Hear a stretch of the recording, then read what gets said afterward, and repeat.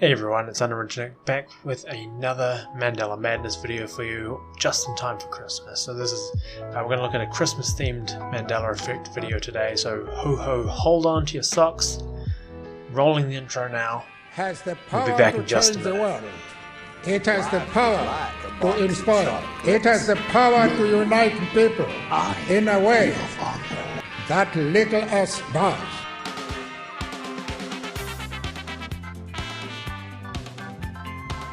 So this is a video that was posted by a channel named Alltime or Alltime Scary. It gets confusing because he has two channels and one of them is called Alltime Scary, but Alltime has all of the subscribers, but that's the one that he identifies himself with as Alltime Scary. Hello and welcome to Alltime Scary. Today we're looking at two Mandela effects from the Star Wars universe. It's not a Mandela effect, it's just him having some bad practices around what he labels himself as.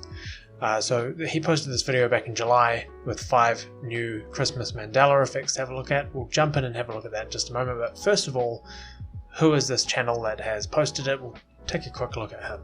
So it seems that Alltime or Alltime Scary is just trying to tag itself onto Alltime Conspiracies and use that Alltime name to kind of entice followers that would be following Alltime Conspiracies and sort of get them along to watch their channel accidentally almost, and just so that they'll get in and subscribe. So Alltime Conspiracies, which now goes under the name Uncovered, they joined YouTube back in 2012 and have almost 2 million subscribers.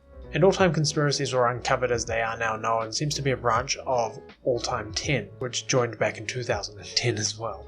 So they've been on the platform for a substantial amount of time. Alltime, the channel that posted this Mandela Effect video, they joined the platform in 2013, a year afterwards, originally under the name Hard Mode Activate. Aside from that, they seem to have no affiliation with the Alltime Conspiracy or Alltime 10 channels that I mentioned earlier. It seems like they've just chosen that name so that they have, the capacity to have other people accidentally click onto them, or that they might come up as being recommended if somebody watches a lot of Alltime Conspiracies videos. Tweaking, playing with the algorithm a little bit. Now that we've cleared that up a little bit, let's look into the list and start debunking some of these bad boys, shall we? Here's my list of 5 Christmas Mandela effects. To kick off this list, we're looking at the names of Santa's reindeers. Dasher, Dancer, Prancer and Vixen, Comet, Cupid, and what comes next? Is it Donner and Blitzen, or Dunder and Blixum? So this is number 1 off the list, and straight out of the gate. Spoilers for what's coming ahead, but this poem comes up twice on the list. This is A Visit from St. Nicholas, which is a poem, and he picks apart 2 pieces in this that he believes are Mandela effects. So the poem A Visit from St. Nicholas actually originated or first appeared in 1823.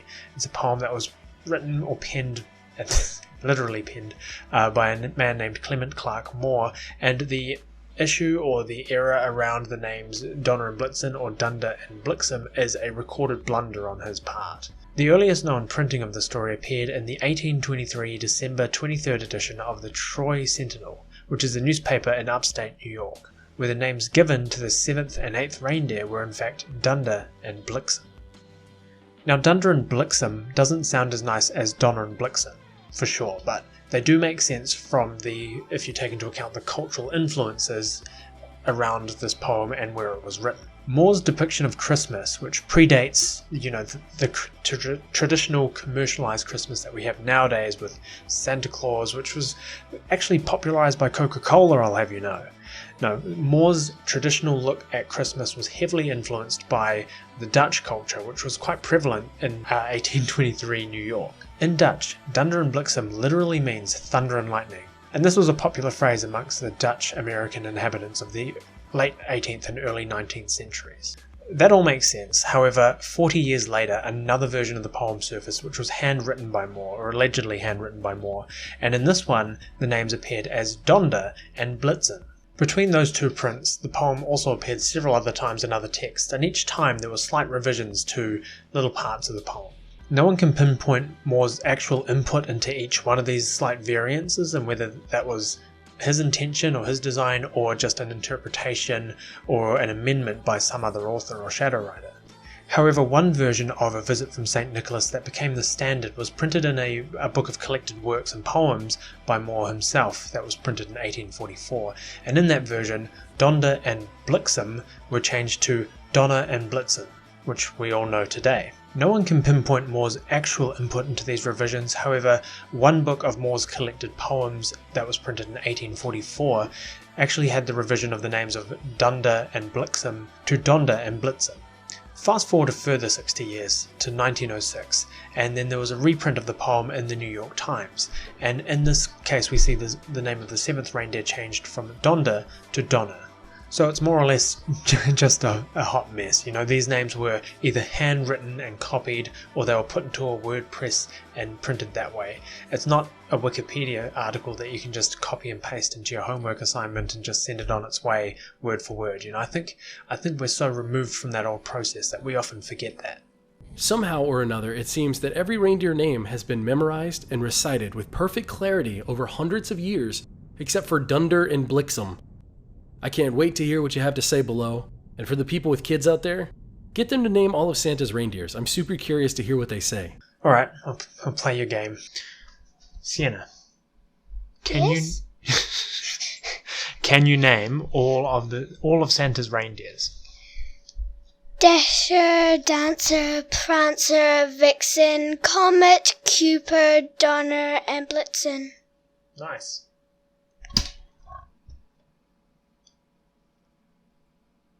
You can have one cookie. Yay, okay. Jasper?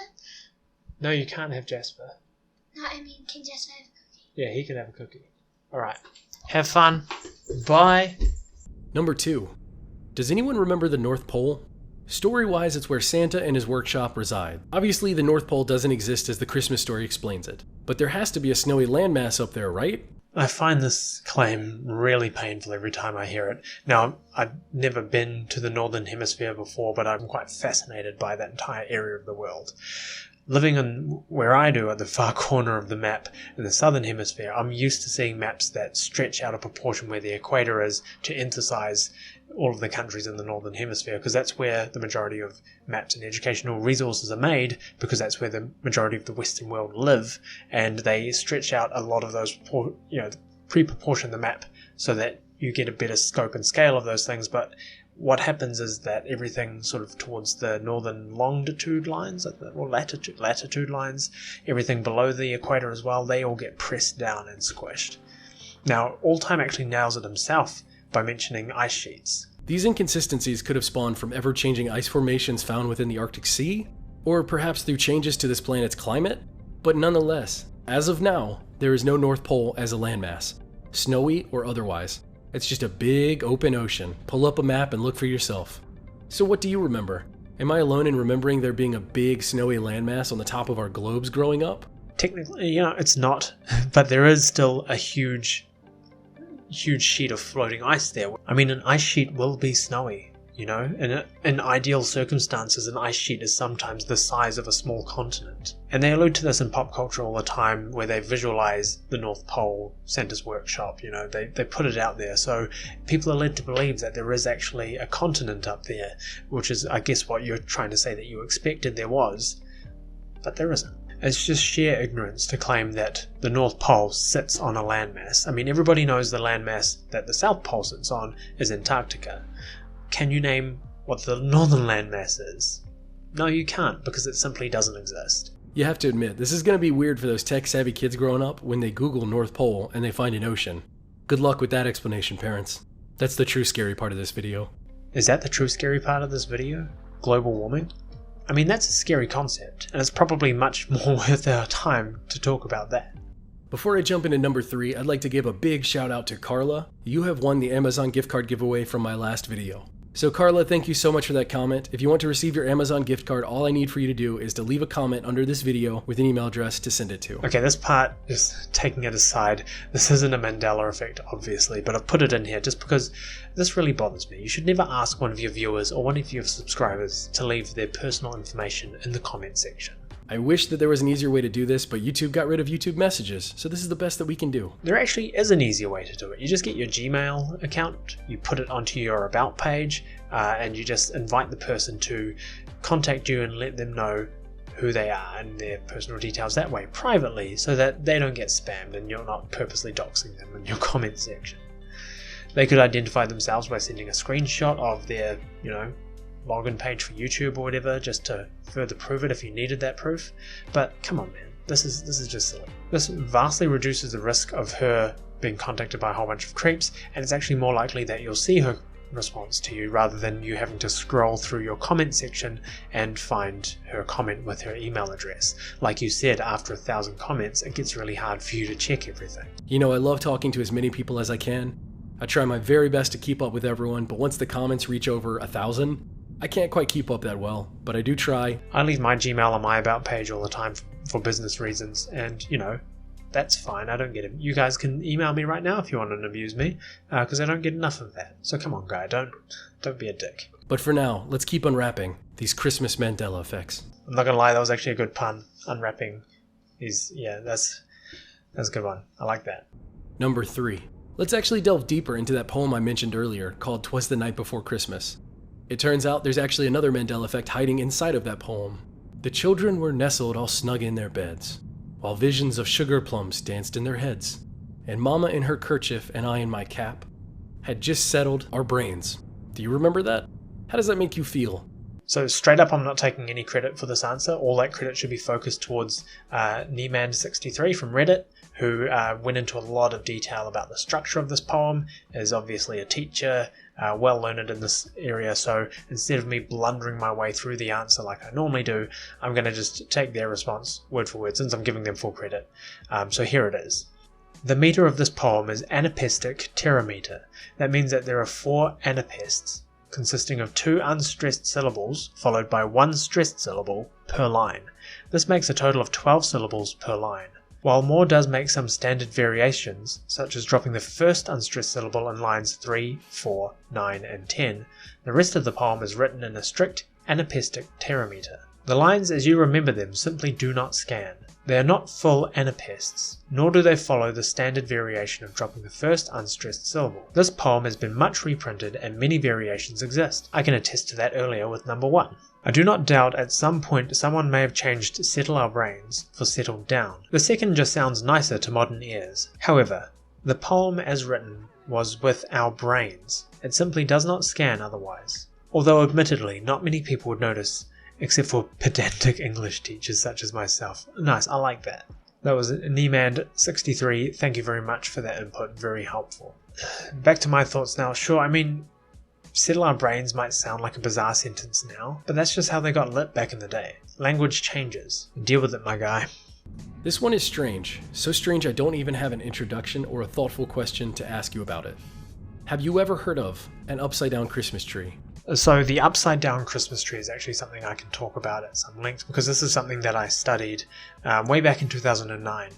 Before you judge me for that, I was stuck in a box office with very limited internet access. Wikipedia was pretty much the main thing. I wanted to look into symbology behind Christmas, found a whole wreath of information. So it's a Slavic tradition where they would hang the tree upside down, apparently to represent the Trinity, a more accurate representation, because you'd have the Father and the Spirit up the top and the Son down the bottom, which was the earthly connection, so that's why it was pointing downwards rather than the other way around where the roots are in the ground, which I think is more paganistic. When you think about it, we've adopted a lot of pagan religions, but having roots connecting to the ground, to Mother Gaia, and having the Father and the Spirit grounded and the Son being elevated above, which is what we did to Jesus. We elevated him up on a cross. Moving on now.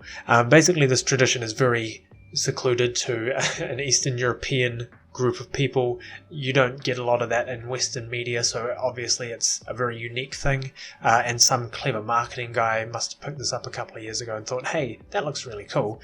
Let's bring that into our commercialized Christmas and show them off. So you had a whole bunch of storefronts doing this. It was very eye-catching because it looked different, right? It looks different to what you're used to because the tree's upside down. And the logic that I've read in articles about that is that, it saves, floor space. So, because you know how annoying trees are. You walk around, there's a tree in the way. Somebody should do something about that, right? Right now, the Amazon rainforest is being consumed by fire. Oh, now we're touching on the global warming thing again. The state of our planet, stuff that probably we should be talking about, but instead we're talking about Mandela effects here. So back on topic. And the other reason why these trees were, they looked good having them upside down was apparently that the customers could look at the Christmas decorations a little bit better, because we've merchandised everything to the point of the decorations having to be commercialized and sold to make money. I love this time of the year. So that's all a whole bunch of interesting information, but that, he might still be from a reality where they used to have Christmas trees the right side up, and now they're always upside down. Well, no, because for this to be a Mandela effect, and I don't care how you define one, for this to be a true Mandela effect, you're going to have at least 50% of the people, or somebody close to you who you shared Christmases with, say, yeah, we always do them upside down. What are you putting it on the ground for? And you don't have that, am I right? So the answer is yes. So this is not a Mandela effect. For this to be a true Mandela effect, the presenter of the video would have to acknowledge that people around him in the past, maybe some of his past childhood photos, he's noticed that the tree was upside down where he remembers it being on the ground. He's failed to do that, so we can write this off as a Mandela effect straight away. For this next Mandela effect, we are traveling to an island that I've never heard of before. I've never seen on a map. I've never read about it before in a book. This island is called Svalbard. This one really tickles my fancy because he said he's never heard of this island before, never seen it on any maps yet. In number 2, when we're talking about the North Pole, he actually features this island several times in the maps that he puts there, so it's just kind of ironic when you think about it. And just because he's completely ignorant of a small spit of land on the very edge of the world, a spit of land that's been grossly ignored since the commercialism and the transformation of what we know as the Christmas holiday, doesn't mean that the island never existed. It doesn't mean that he's hopped over from another dimension where it just didn't exist at all. Instead, there was a giant continent that didn't seem to have a name, that had the North Pole and a Santa factory on it. And this one, instead, it's a small island next to a giant ocean that he didn't know was there. We are traveling to an island that I've never heard of before. I've never seen on a map. I've never read about it before in a book. But I haven't been counseled. You are being counseled at this very moment. I should be consulted about such things. I mean, that's more likely, right? This guy isn't ignorant of anything else, like community guidelines that say don't let people reveal their personal details in your comment section. No, he's not that ignorant. So let's hear what he's got to say about Svalbard. That's right, I just said Svalbard with an extra S between the Sval and the Bard. And that's because the reality I'm from, this was completely the way you'd pronounce Svalbard. Svalbard to me is... No, I'm joking. I'm kidding. I'm using a bit of hyperbole for you. I made a mistake. We all do it. I'm owning up to it right now. If you can't handle the fact that I'm going to say Svalbard at least 4 or 5 times more in the next 2 minutes, you should probably click off this video right now. But if you're still here, we're going to jump back into it and hear what Alltime has to say. From what I have come to understand during my research, Svalbard is a hotly contested Mandela effect.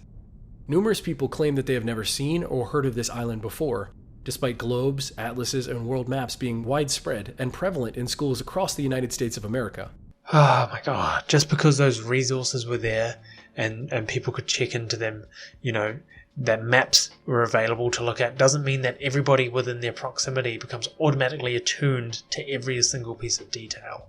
Like, take this for example. Have you ever accidentally put your shirt on inside out? People aren't perfect. It's really hard sometimes. There's just this tiny little tag that lets you know that you've made this big error in judgment. And that's what Svalbard is, It is the tag on the planet shirt that we have, and we don't realize that we're wearing it inside out sometimes because we haven't noticed the tag sticking out. That's a bad analogy. The moral that I was trying to reach is that you're giving people way too much credit. Nobody really needs to know about Svalbard unless they live in the proximity of Svalbard, or if they're like competitive pub quiz goers or something like that. Pulling up pictures of those same globes and world maps and atlases today shows Svalbard sitting right where it belongs, as if it's always been there. This could mean many different things. It could mean that it's always been there, but like every single other Mandela effect, it's completely a possibility that we're on a different timeline and that back then, Svalbard wasn't on our globes and world maps.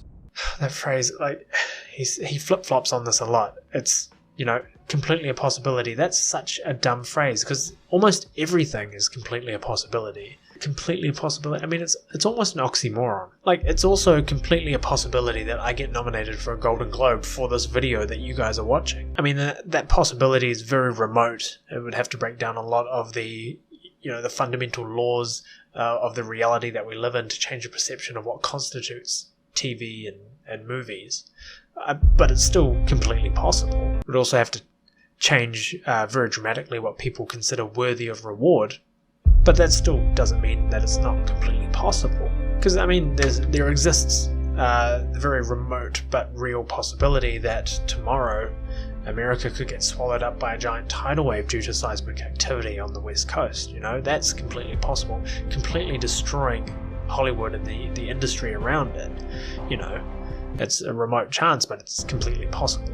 It's completely possible that following that, everybody else across the globe, professional and amateur alike, decide to totally pull back from making any sort of content on any platform at all.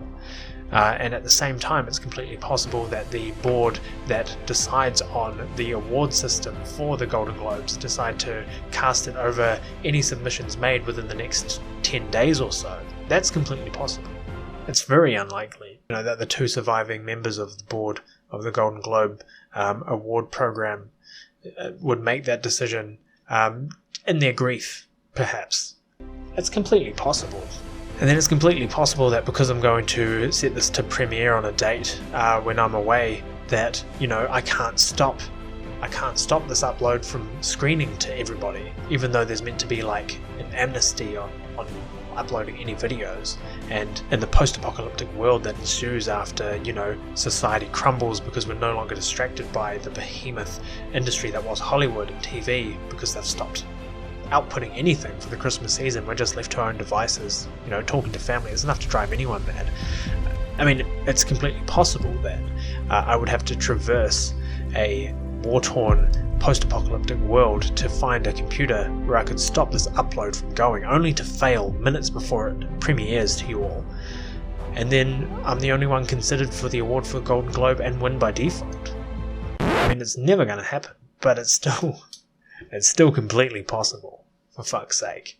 I'm not claiming to be an expert on this one. I just think it's very interesting and pretty fascinating. Interesting and fascinating are synonyms of each other.